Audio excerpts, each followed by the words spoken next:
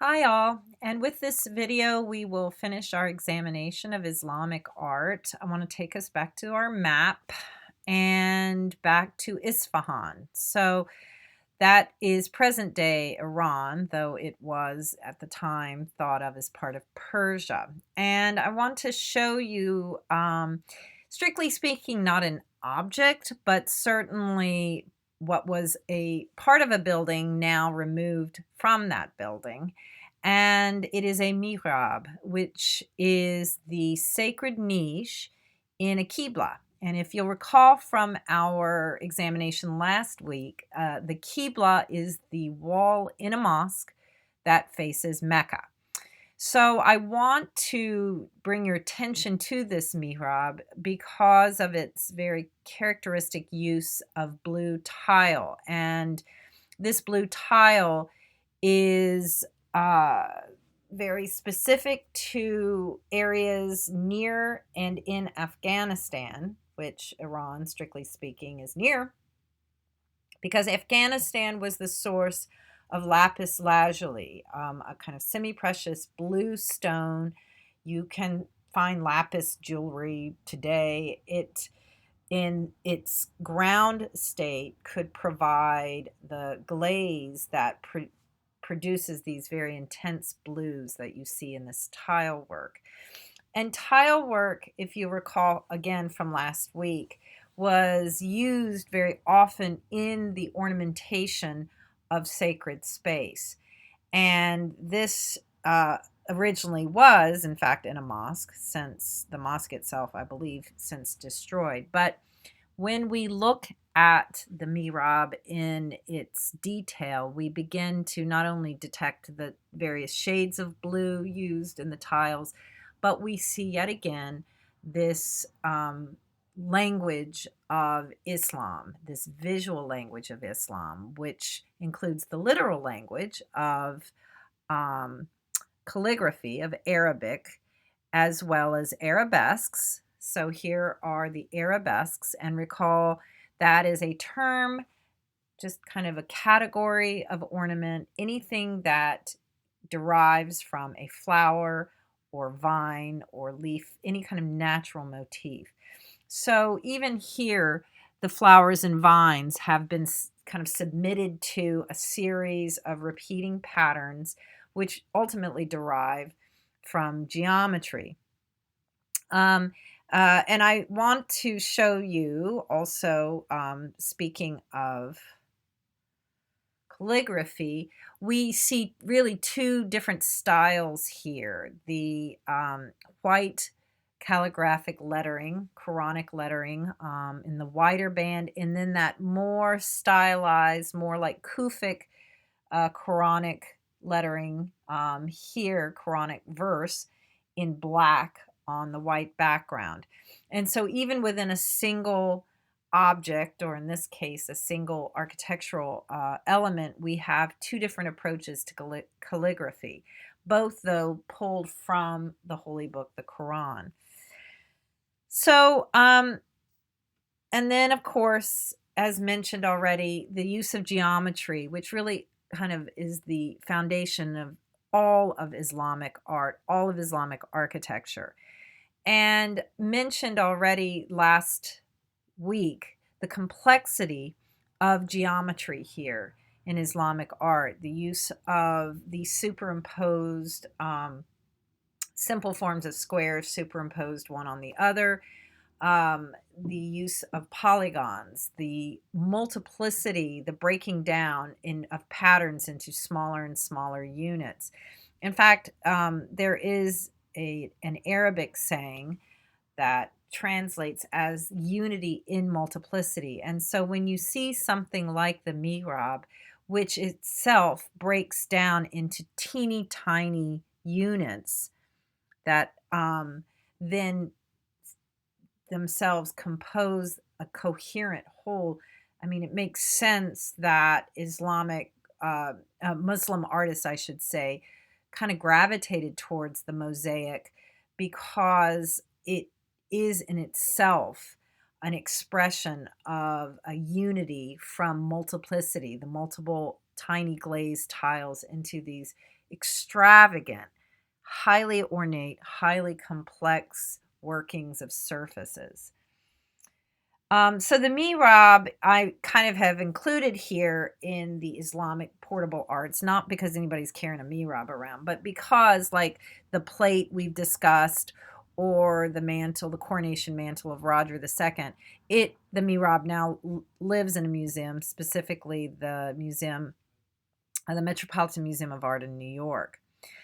The final object I want to share with you guys is from the Safavid, or the Safavid, I should say, dynasty. And this is, we looked actually at this mosque from the Safavid dynasty last week. And this is an example of a 4 Iwan mosque, the great mosque of Isfahan. And we also took a look at, again, the extraordinary beauty and complexity of tile work here.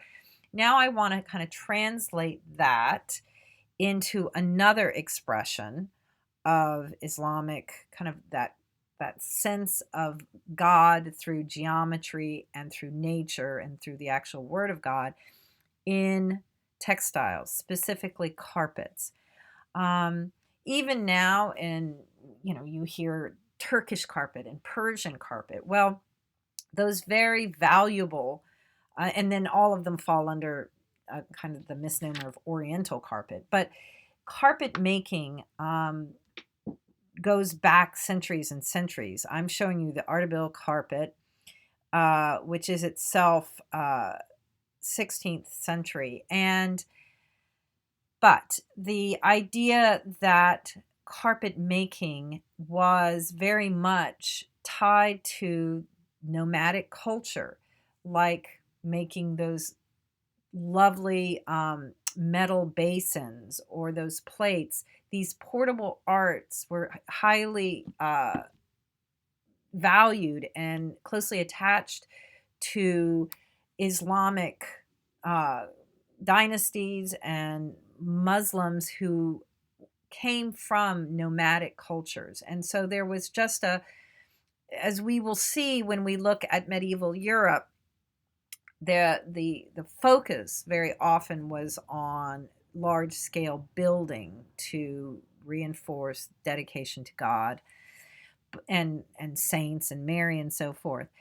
The Islamic worldview, yes, sacred spaces in the form of mosques were important, but equally important were objects that you could, in the case of carpets, roll up, take somewhere else, and set up there. Because if you think about it, nomadic cultures, by definition, don't have permanent structures that they live in, and thus a carpet is where you that's what you take from place to place.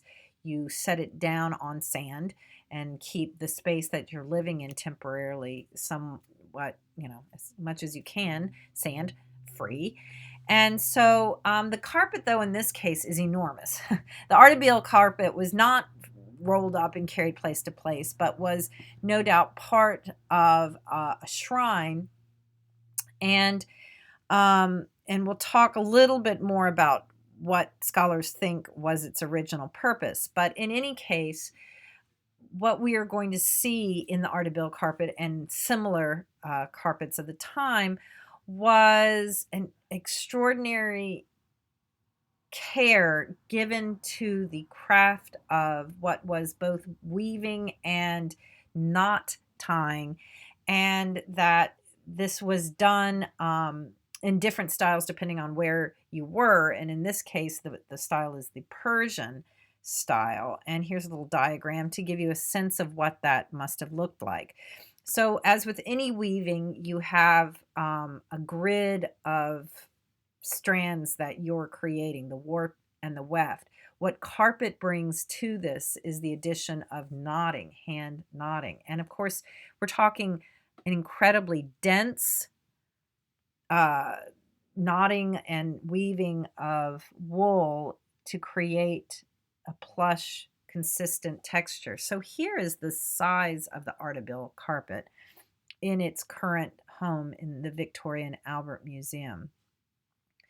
And here it is again in all its glory. It's kind of hard to, I mean, to photograph the whole necessitates kind of losing the sense of the labor that went into it. But we'll look at a couple of details in a minute. But carpets from Isfahan in this Persian style almost always are composed of a border that then surrounds typically rectangular field, which itself then breaks down further and further and further into smaller patterns. So what we've seen in tile work then translates into wool pile. So let me show you some details. That's the central medallion. Here's an even better image of it. So even as your eyes focus on one section of this carpet, you realize that at any distance, you're losing the fact that you're looking at thousands of flowers that are kind of intertwined with one another through the thinnest little stems, and that they provide the field onto which there are more smaller compartments of floral motifs. And again, we call those arabesques. And that there is a kind of repeating pattern that your eye kind of picks up, and all of this is kind of undergirded or supported by a kind of geometric structure. And here are some examples within the Ardabil carpet of calligraphy, kind of they themselves kind of floating on this field of flowers. And the other motif that seems to hang from that central medallion are a pair of lamps, I should say, not really lanterns. And they are based on the kinds of glass lamps you would have found in both mosques and palaces. They would hang from the ceiling. And here's an example of a glass lamp on the left. They have these kind of characteristic bulbous lower halves, and then they tend to have a kind of funnel-like top, which kind of assists in the projection of light. And even the lamps themselves are highly ornate, typically ornamented with calligraphy and arabesques. So what I've hoped to show you in the last 2 weeks here is another way of expressing the divine from what we had been seeing in early Christian and Byzantine art, where in early Christian and Byzantine art, there was this very close attention paid to narrative, to the physical depiction of Christ as in his, various forms. He's a shepherd. He's an emperor. He's, the Son of God. And in contrast to that, a way of picturing God and honoring God without resorting to the human form, without resorting to story, but rather to actual word. Because remember, in contrast to the Christian, say, New Testament, which is written by authors, and we're going to talk more about that next week when we get into medieval art, Muslims believe the Quran is the absolute word of God. There's no intermediary. So the words incorporated in Kufic script, in the more kind of curly-Q calligraphy of Arabic that we saw in the Mihrab, the word of God is the best expression of God to the Muslim mind, as is geometry, as is references to God's creation, leaves, flowers, vines. And so to the Muslim believer, that is as valid an expression of God as it is to the Christian believer to have figural representations of Jesus and stories of Jesus. So next week we begin pretty much the kind of home stretch of this class, where we look at the art of the European Middle Ages.